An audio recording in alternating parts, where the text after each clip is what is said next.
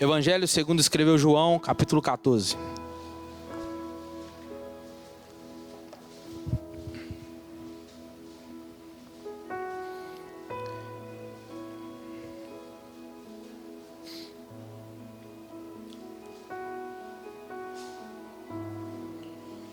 Quem encontrou? Não se turbe o vosso coração. Credes em Deus e também em mim. Na casa de meu pai há muitas moradas. Se não fosse assim, eu não teria dito. Não teria dito, vou preparar-vos lugar. E se eu for e vos preparar lugar, virei outra vez e vos levarei para mim mesmo, para que onde eu estou, estejais vós também. Vós conheceis o caminho para onde eu vou. Disse-lhe Tomé: Senhor, nós não sabemos para onde vais, como podemos conhecer o caminho? Respondeu-lhe Jesus: Eu sou o caminho, a verdade e a vida. E ninguém vem ao Pai, se não for por mim. Olha o 7. Se vós me conhecesses, também conhecereis a meu Pai. De agora em diante o conheceis e o vistes. Só até aí. Vamos lá. Então, o título da nossa mensagem hoje: não se turbe o vosso coração, ou que o seu coração não fique angustiado. Jesus aqui está deixando seus discípulos, ele está indo embora, está partindo, está indo para o céu. E antes disso ele vai deixar algumas recomendações para seus discípulos, conforme está em João capítulo 13. E no capítulo 13 Jesus vai fazer um ato muito lindo, que é lavar os pés dos seus discípulos. Depois ele vai se assentar na mesa e vai tratar do anúncio da traição. E depois ele vai dizer que era preciso passar por isso, para que no terceiro dia ele ressuscitasse. E ele vai se deparar com a palavra de Pedro, dizendo: não, o Senhor não vai mesmo. Se for preciso eu entrego a minha vida pelo Senhor. E Jesus dá um tapa na lata dele e fala com ele o quê? Pedro, você nem sabe o que você está falando, rapaz. Antes que o galo cante 3 vezes, tu me negarás. E tu darás a tua vida por mim? Disse Pedro. Aí Jesus, depois de dar essas recomendações, você vai entender mais adiante, Jesus começa a dizer: calma, gente, fica tranquilo, não se turbe o vosso coração, não fiquem angustiados. Creem em Deus, mas creem também em mim. Não é motivo para os seus corações ficarem angustiados. Então Jesus aqui ele está dizendo para crer em Deus, mas também crer em mim. Mas olha que interessante, o clima era de muita tensão no meio deles. Lá fora os principais sacerdotes, juntos com os fariseus, estavam tramando, arquitetando a morte de Jesus.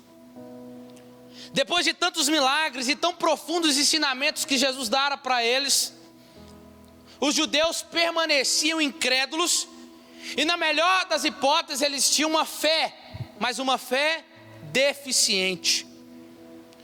No recôndito do tabernáculo, Jesus confronta o orgulho dos seus discípulos, lavando os seus pés. Depois desmascara Judas na mesa da ceia, dizendo que aquele que põe a mão no prato comigo é o que há de me trair, apontando ele como um traidor.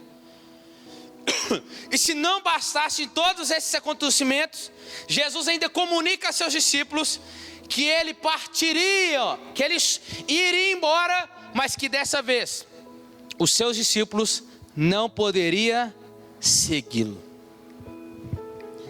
Jesus estava ali de fato agora se despedindo dos seus discípulos. E aquela era a quinta-feira, minha voz está ruim, do Getsemane. Quinta-feira onde ele suou gotas de sangue. A quinta-feira onde Judas o trairia. A quinta-feira onde Pedro o negaria. E a quinta-feira aonde ele foi preso e levado a Pilatos. Espera aí.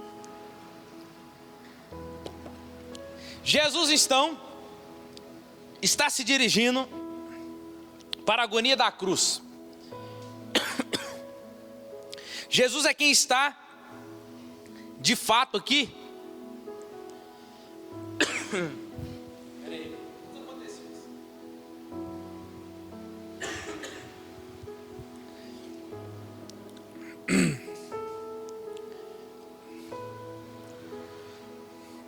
Sai, trem, em nome de Jesus. Jesus aqui, de fato, que está perturbado. Jesus aqui que está angustiado para a agonia da cruz. É Jesus aqui que está profundamente perturbado em seu coração. Conforme o evangelista diz em João capítulo 12, versículo 27, ele diz: agora a minha alma está angustiada, e o que direi? Pai, salva-me desta hora. Não, pois foi precisamente com esse propósito que eu vim para esta hora. E também ele estava atemorizado de espírito, conforme João 13, 21. Tendo dito isso, Jesus se perturbou em espírito e afirmou: em verdade vos digo que um de vós me trairá. Então o que nós temos aqui? Os discípulos parecem estar assim. Eles estavam tendo um motivo singelo, porque o seu melhor amigo, Cristo, iria embora. Mas quem estava realmente perturbado, quem estava de fato se agonizando profundamente no seu coração, era Cristo. E todavia, nessa noite das noites, o momento mais crucial de todos os tempos, que seria apropriado para os seguidores de Jesus lhe darem apoio emocional e espiritual, ele ainda é o único que se doa àqueles discípulos. Ele é aquele que ainda vai confortar, ele é aquele que ainda vai instruir os seus discípulos nos momentos mais tenebrosos da sua vida e ministério terreno. Tem momentos que nós somos assim, sim ou não? Tem momentos que eu e você somos assim. Os momentos que nós estamos vivendo as piores noites, os momentos mais tenebrosos da vida, é onde Deus nos levanta e nos usa para sarar outras pessoas. Isso é maravilhoso. Diante de tudo isso, os discípulos estão com o coração turbado. A alma deles está em tempestade. E é nesse contexto que Jesus se levanta agora como um terapeuta da alma, a fim de confortá-los. O coração turbado é a coisa mais comum no mundo. E esse problema atinge pessoas de todos os estratos sociais, todos, de todos os credos religiosos e de todas as faixas etárias. Nenhuma tranca, nenhuma porta pode manter de fora a nossa vida, pode manter de fora da nossa vida a dor. Um coração ele pode ficar turbado pelas pressões que vêm de fora ou pelos temores que aqui dentro estão. As preocupações. Até mesmo os cristãos mais consagrados, aquele cara ou aquela mulher que você olha e fala assim: você ainda deve passar a luta não, você ainda deve passar tempo, deve ter um tempo ruim com ela não. Quando você olha no Instagram principalmente, né? Você fala: o casamento desse, isso aí, olha a vida que eles têm. Tem problema ruim em casamento não. Olha os filhos, não passa luta com filho nenhum não. Lembra daquele ditado que a gente fala: a grama do vizinho sempre é mais verde? Até você pular pro lado de lá. Pula pro lado de lá para você ver. Você vai ver que é a mesma coisa que se passa na sua casa. Porque hoje está um tal de viver uma vida de imagem, de fotos. Você consegue fingir ser uma coisa que você não é. Você consegue fingir uma alegria a quem você não está. Você consegue. Você já viu? Tem uns meninos ali que tiram foto ali, ó. Você olha para aquela foto de imagem assim, o cara tirando uma foto, igual eu vi lá esse dia. O cara tirando uma foto, parece que tá chovendo, caindo aquele toró da chuva assim. O cara pega uma foto, você pensa que ele tá no lugar top, a foto ficou show. Na hora que você vai ver como é que eles fazem, Tem um cara com a câmera atrás jogando a torneira, com o negócio assim. Por quê? Porque sabe fingir uma coisa que não é. E até estes que a gente diz que não passam, passam. E você e eu não estamos sozinhos nesse mundo de lutas, nesse mundo de tenebrosos, nessas noites cheias de preocupações, não. Estes também vivem, passam e precisam beber muitos cálices amargos entre o tempo da graça e o tempo da glória, porque o próprio Cristo bebeu.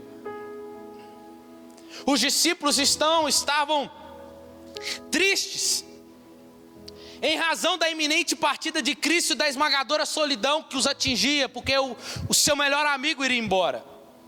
Eles estavam envergonhados em razão do egoísmo que havia evidenciado, perguntando quem era o maior deles na mesa, e se um deles teria um lugar ao lado dele.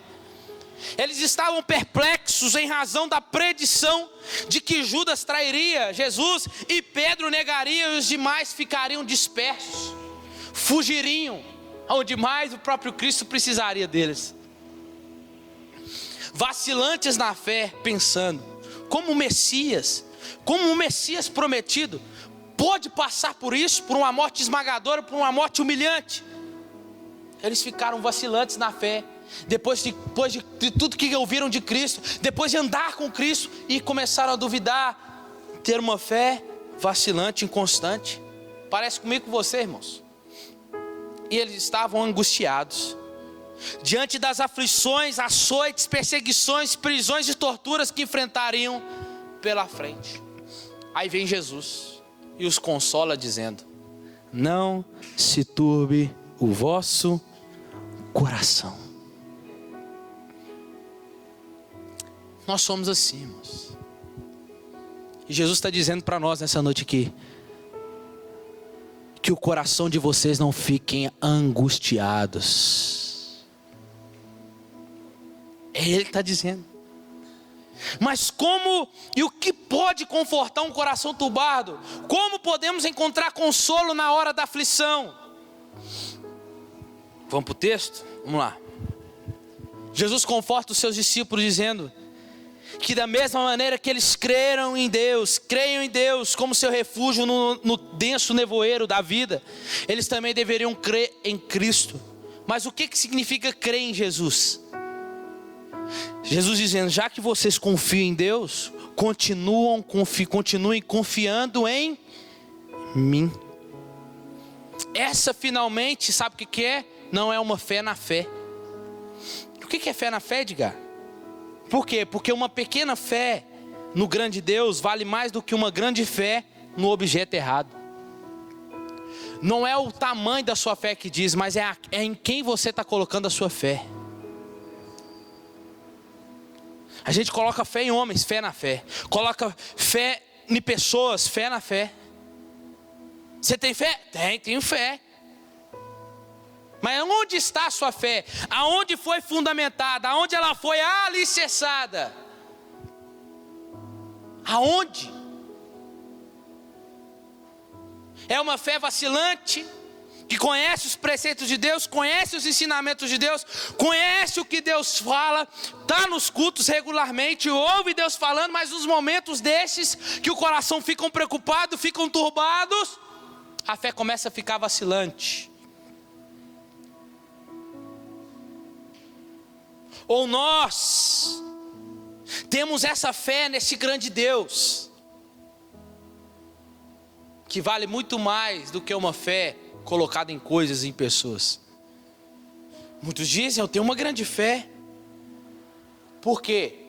Porque confiam na fé que tem, e não no Deus que é o doador da fé. Não tenho fé. Confia na fé. Fé em quem? Nós não temos que confiar na nossa fé, porque nem a fé que nós temos vem de nós, vem de Deus. A fé que vem, a fé, nós temos fé, tenho fé, mas eu tenho fé em Deus. Porque se eu colocar a fé na minha fé, o vento vem e eu caio, balanço. eu vou tropeçar, vou cair. Mas se eu coloco a fé em Deus, e Ele não permitirá, Salmo 121, versículo 4, e Ele não permitirá que os seus pés vacilem. A fé em Cristo não é uma fé. Fé em Cristo é um salto no escuro. O que é fé, Edgar? Fé é confiar no caráter de Deus. Eu tenho uma fé no Mateus, mas o Mateus pode frustrar minha fé, sim ou não? Pode. Mas entenda uma coisa. Por quê? Porque o meu caráter, o nosso caráter, ele pode ser condicionado. Ele pode ser formado de acordo com aquilo que você, a forma que você anda, com quem você anda, a gente vai lidando com o caráter, dessa forma. Mas e o caráter de Deus? Um dos atributos de Deus, incomunicáveis, atributos que Deus não dá ao homem, imutabilidade. Deus não muda. Então fé é confiar no caráter de Deus. É confiar, é colocar fé naquilo que Ele já disse, naquilo que ainda fala em nós, conosco. Fé é entender isso aqui, ó. É colocar o pé, o chão acabou, e agora? Coloca o pé, e a fé? A fé é a certeza que Ele vai colocar o chão para eu pisar.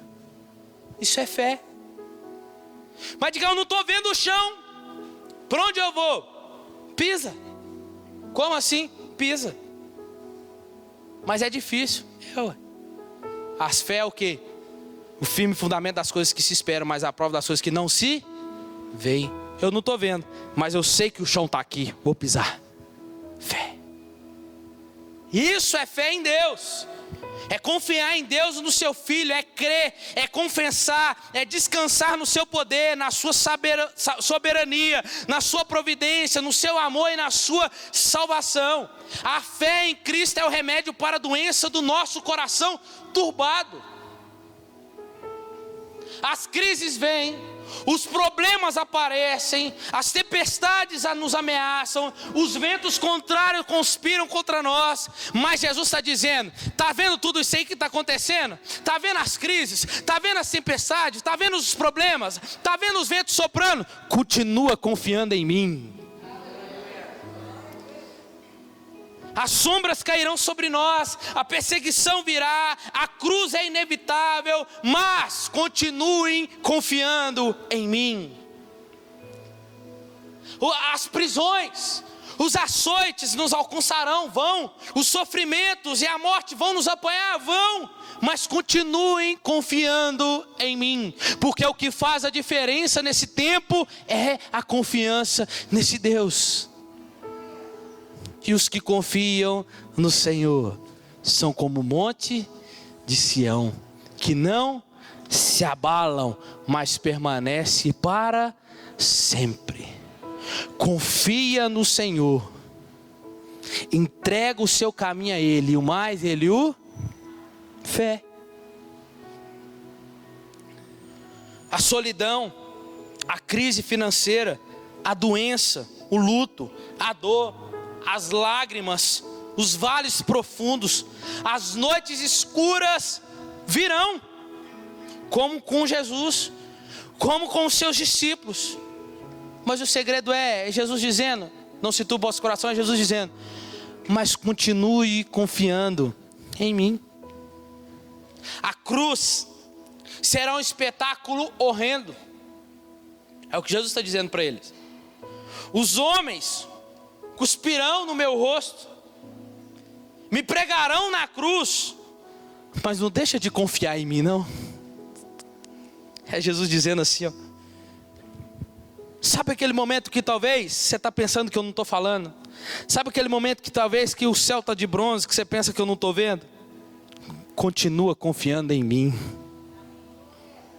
Tem um amém? A fé em Jesus é um único remédio para um coração turbado. Por que Jesus está dizendo isso aqui? que a cruz será um espetáculo horrendo, os homens cuspirão no rosto, me pregarão na cruz. É Jesus dizendo assim, mesmo que quando vocês olharem para mim naquela cruz e dizer assim, esse não é o meu Messias, esse não é o prometido, esse não tem, ele não vai conseguir, ele não vai fazer, não é ele que eu queria, mesmo que os seus sentimentos estão dizendo ao contrário de quem ele é, está dizendo que não tem nada a ver daquilo que você crê, quando você olha para ele, é ele mesmo, dessa forma ele está te dizendo, mesmo que pareça que eu sumi, mesmo que eu pareça que eu não estou te vendo, mesmo que pareça que o vento não está soprando ao contrário, que não está vindo ao seu favor, continua confiando em mim. Confiar quando as coisas estão indo bem é fácil. Confiar quando o barco está indo no caminho certo, na trajetória e na direção que você quer, é fácil. Mas agora confia quando o barco está soprando, você quer ir para lá, mas o vento está soprando para você voltar para lá. Confiar quando está tudo bem, quando está tudo certo, é muito fácil. Mas entenda uma coisa, confiar quando está tudo bem e confiar quando está dando tudo errado. Confiar quando está tudo bem, a gente confia, a gente entrega, pode ir, pode levar. Mas é só as coisas ficar ruins, nesse tempo de ruim a gente entregar, a gente não entrega. A gente não deixa. Vem cá, Mateus.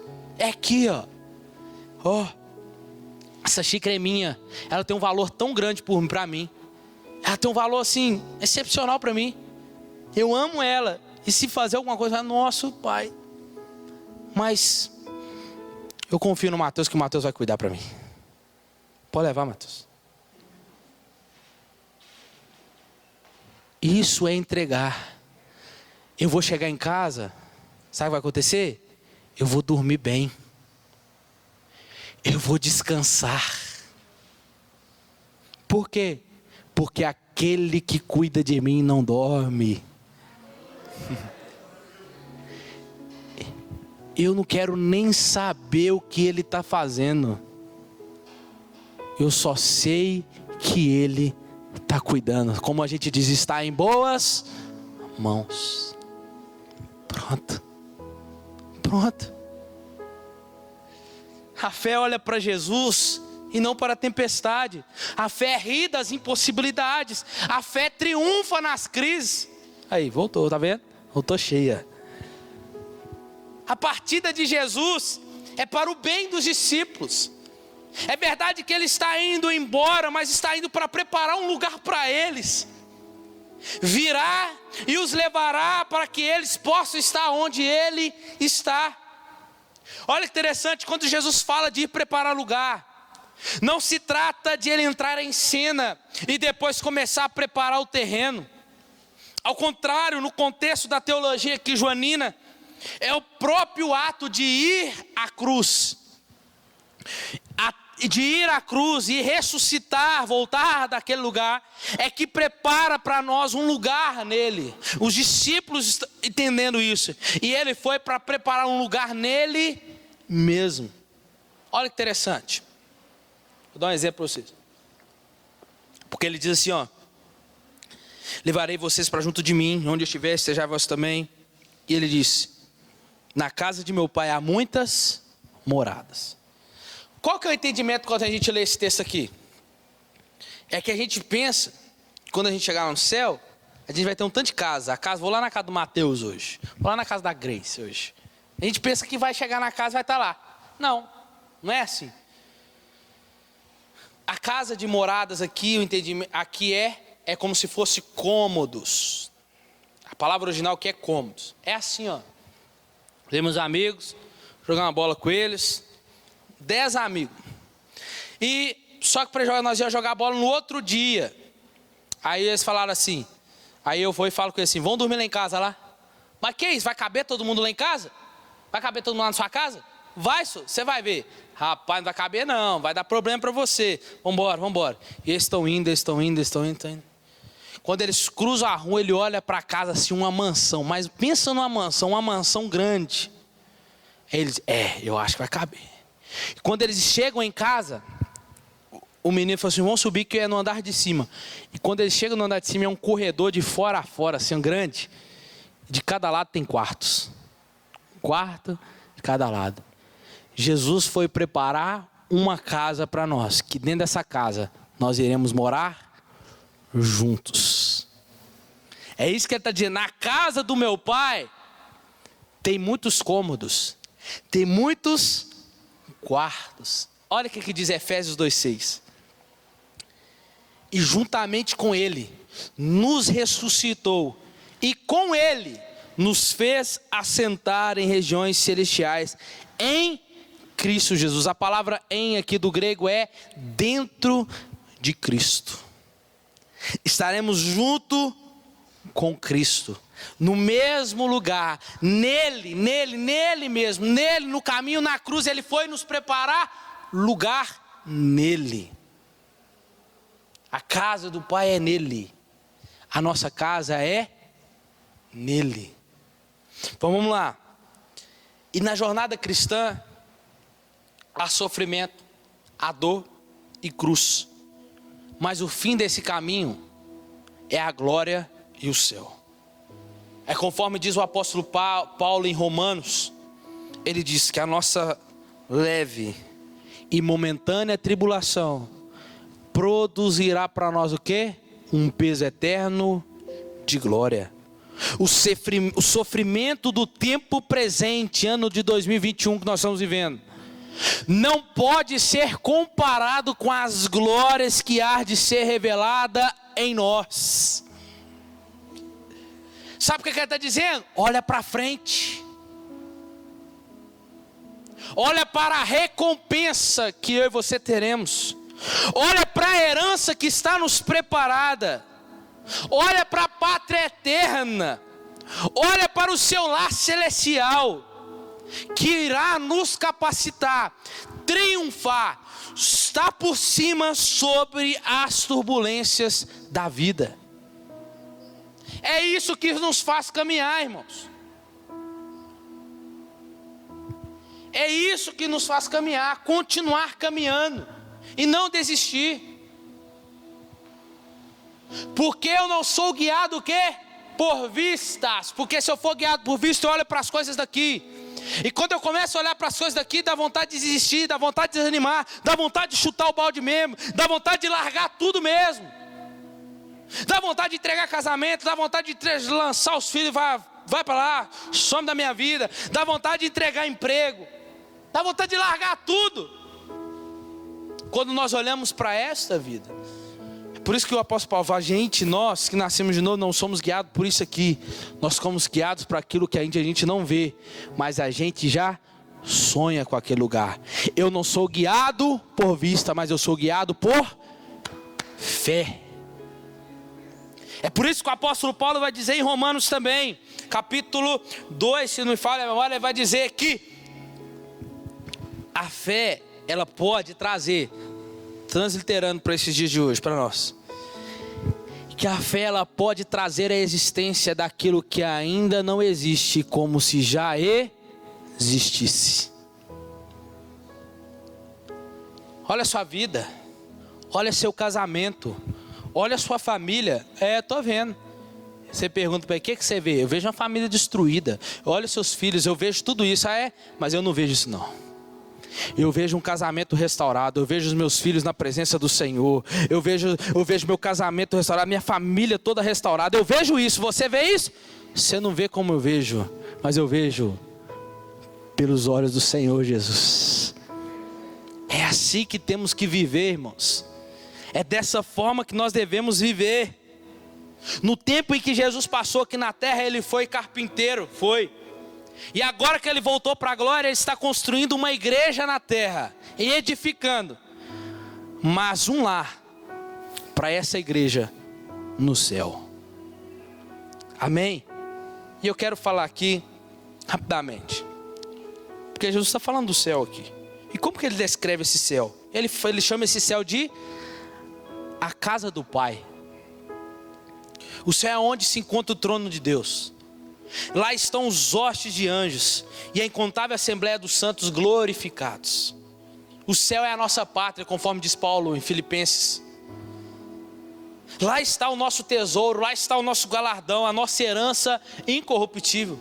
E nesse céu, Deus enxugará as nossas lágrimas. No céu, entoaremos um novo cântico. No céu, não haverá morte nem dor. No céu, entoaremos um novo cântico ao Cordeiro. Os filhos de Deus estarão lá.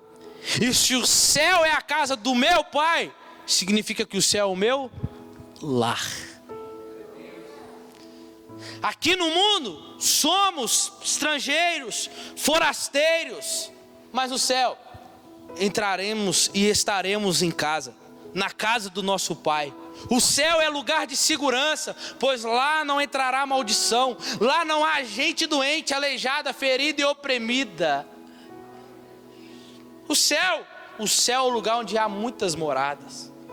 No céu há lugar para todos os filhos. E Apocalipse 21:16, olha o que diz: a cidade tinha a forma de um quadrado, de comprimento e larguras iguais, e mediu a cidade com a vara e tinha 12.000 estádios, e o seu comprimento, largura e altura são iguais. Sabe o que acontece aqui? Diz que a cidade celestial mede 2.200 quilômetros de largura por 2.200 quilômetros de comprimento. Já imaginou aí? Perder de vista, não é?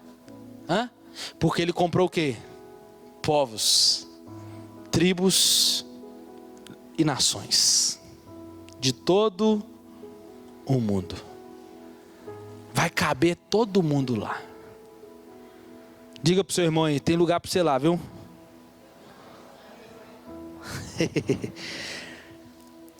E essa é uma linguagem figurada para mostrar que há lugar para todos.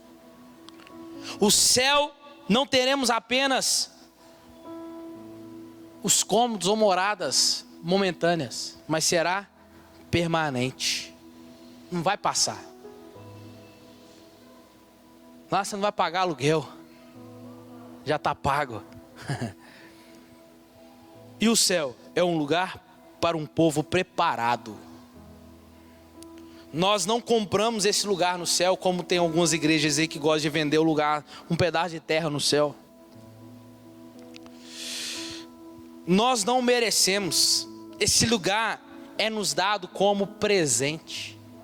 Então entenda uma coisa: nada do que você fizer aqui nessa terra, nada do que você, a forma que você servir a Cristo aqui nessa terra, não é porque você fez que Ele está te dando esse lugar no céu. É por aquilo que o Filho dele fez na cruz. Ele que garantiu o nosso lugar lá. É por isso que é um presente. A graça, pura graça. Jesus preparou esse lugar na cruz. Lá na cruz, Jesus nos abriu um novo e vivo caminho para Deus. O véu se rasgou de alto a baixo. E o véu não somente se rasgou para eu e você entrarmos, mas o véu se rasgou, foi para Ele sair. Porque quem encontrou casa e fez de nós casa dele foi Ele. Ele é o caminho, Ele é a verdade e a vida. E ninguém pode ir ao Pai se não for por Ele. Ele está dizendo: eu sou. Sabe a morada? Sabe a glória? Sabe o portão? Sabe lá? Eu sou o caminho. Eu sou o trajeto. Eu sou o percurso para lá. Ele entrou no céu como nosso precursor. Ele entrou na glória primeiro, abrindo-nos a fila como um irmão primogênito. Estamos a caminho da glória. E por último, em quarto, o céu é um lugar onde teremos comunhão eterna com Cristo. A maior glória do céu é estarmos com Cristo para sempre e sempre. Vamos contemplar o seu rosto, servi-lo, exaltá-lo. A eternidade inteira não será suficiente para nos deleitarmos nele, para exaltarmos sua majestade. Só abrir um parênteses aqui. Lá no céu todos nós conheceremos cada um de nós. Então não fica de raiva do seu irmãozinho do seu lado não, tá? Pode ser que ele sobe e você não sobe, hein? Cuidado, hein? Fecha aspas. Cristo será o centro da nossa alegria no céu. Lá veremos Jesus como Ele é. Lá não haverá dor, nem luto, nem tristeza, nada. O céu é onde teremos plena comunhão com os outros. No céu seremos uma só família, um só rebanho, uma só igreja, uma só noiva do Cordeiro. Nós vamos nos conhecer, vamos nos relacionar em pleno perfeito amor. No céu vamos abraçar os patriarcas Abraão, Isaac, Jacó, os profetas Isaías, Jeremias, Ezequiel, Daniel, Amós, Obadias, Malaquias, Zacarias. Nós vamos abraçar eles. Sofonias. Nós vamos abraçar os 12 apóstolos, não Judas, tá? Mas o que entrou depois, Matias. Nós vamos entrar, nós vamos abraçar todos eles. Jesus conforta os seus discípulos dentro desse texto aqui, dizendo para ele, depois que eu falei isso tudo, dizendo para ele: ei, a separação é momentânea, calma, fica tranquilo. A comunhão em glória será eterna, pois ele partirá. Mas ele está dizendo: calma, eu vou voltar. Eu vou voltar. Aí entra João capítulo 14, versículo 15. Calma, vocês não vão ficar sozinhos. Eu vou chegar lá, é a primeira coisa que eu vou pedir ao Pai, porque eu vou ser o intercessor seus. Eu vou ser o mediador entre vocês e o Pai. Eu vou pedir para Ele um consolador, um outro consolador. E aí, que não vai deixar vocês órfãos. Aí vocês virão essa palavra: eu rogarei ao Pai, vos dará outro consolador. Essa palavra outro do grego é alos. Significa: eu rogarei ao Pai que Ele envia do mesmo tipo que eu, da mesma forma que eu, que fala do mesmo jeito que eu, que vai andar com você. Só que agora vai ser diferente. Não vai ser do lado de fora. Agora Ele vai caminhar do lado de dentro de vocês. Vai acompanhar vocês onde vocês for. Onde vocês for. Vai falar com vocês. Vai dizer não quando é para falar não. Vai dar um sinal verde quando é para prosseguir. Vai dar um sinal vermelho quando é para parar. Vai dar um sinal amarelo para opa, atenção, presta atenção, cuidado. É o Espírito. É Ele. Aí, vós conheceis o caminho para onde eu vou. Como que eles conhecem? Porque o próprio Cristo revelou para eles. Jesus ensinou para ele. Só que Jesus disse em João 13:36 que para onde ele fosse, eles não poderiam seguir agora ele, mas mais tarde seguiria ele. Aí agora, Jesus, olha, dá uma embaralhada na cabeça dos discípulos. Por quê? Porque ele falou assim: ó, o caminho que eu vou, vocês não podem agora, mais tarde vocês vão.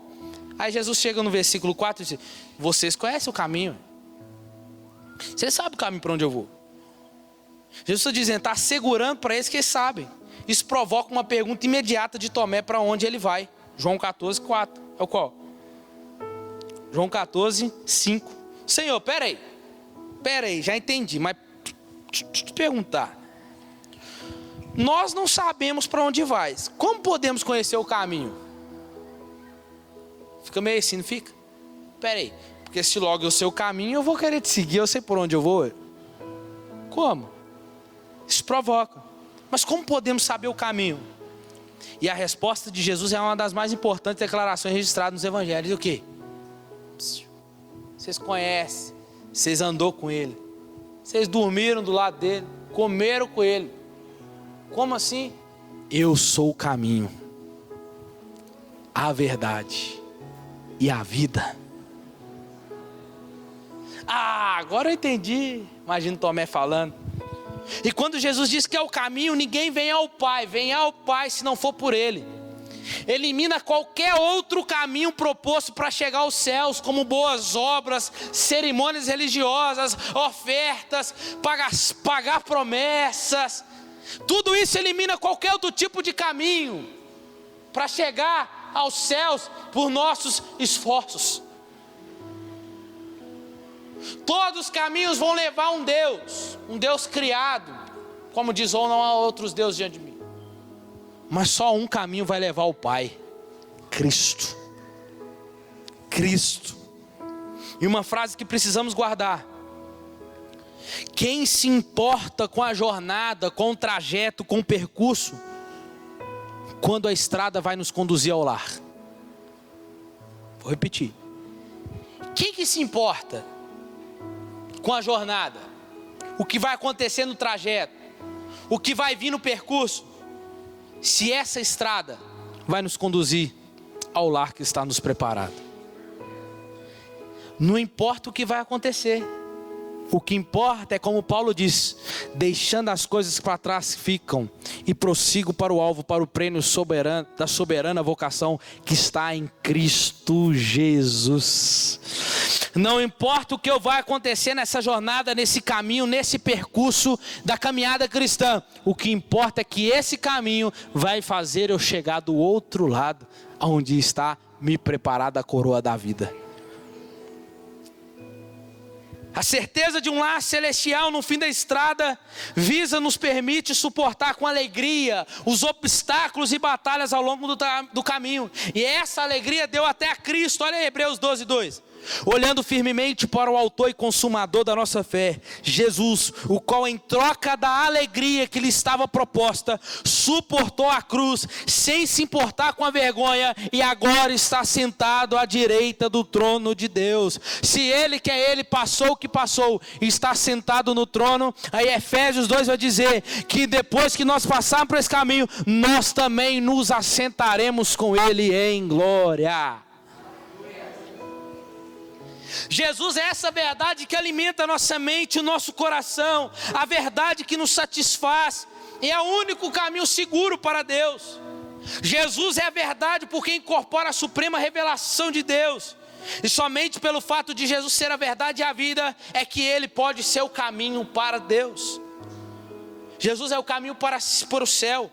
Ele não é apenas um guia como Moisés, um mestre, um legislador como Moisés. Ele é pessoalmente a porta, ele é a escada e a estrada através de quem nós nos aproximamos de Deus. Ele nos abriu o caminho da árvore da vida, que foi fechada com Adão, pecaram.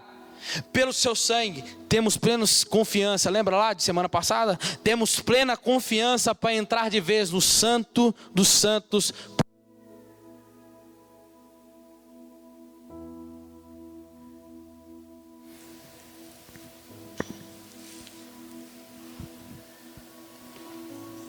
Jesus é a toda a verdade, eu estou concluindo. A única verdade que satisfaz os anseios da alma humana. Jesus é a vida, nele está a vida. Ele veio para trazer vida e vida em abundância. Como caminho, Jesus é o caminho de Deus para o ser humano. E todas as bênçãos divinas descem do Pai por meio do Filho. E o caminho do ser humano para Deus. Como a verdade, ele é a realidade última, em contraste com as sombras que o procederam. Além de ser aquele que se opõe à mentira, a fonte fidedigna, digna de fé, da revelação redentora, da verdade que liberta e que nos santifica. Como a vida, Jesus é aquele que tem a vida em si mesmo, é a fonte e o doador da vida, é aquele que veio para que tenhamos vida e vida em abundância. Sem Cristo não pode haver nenhuma verdade redentora, nenhuma vida eterna, portanto nenhum caminho para o Pai. Jesus, quando escreve, sigam-me, eu sou o caminho, a verdade e a vida, ele está dizendo, não é possível andar fora do caminho, não é possível conhecer fora da verdade, não é possível viver fora da vida. Eu sou o caminho pelo qual vocês devem andar, eu sou a verdade em que vocês devem crer, e eu sou a vida na qual vocês devem colocar a sua esperança. Eu sou o caminho inerrante, a verdade infalível, a vida infindável. Eu sou o caminho reto, a verdade absoluta, a vida verdadeira, bendita, não criada. E se vocês permanecerem no meu caminho, conhecerão a verdade, e a verdade os libertará, e tomarão posse da vida eterna. Fica de pé no seu lugar. Então, não se turbe o vosso coração.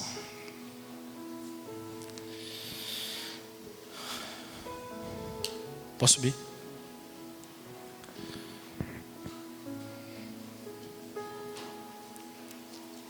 Irmãos,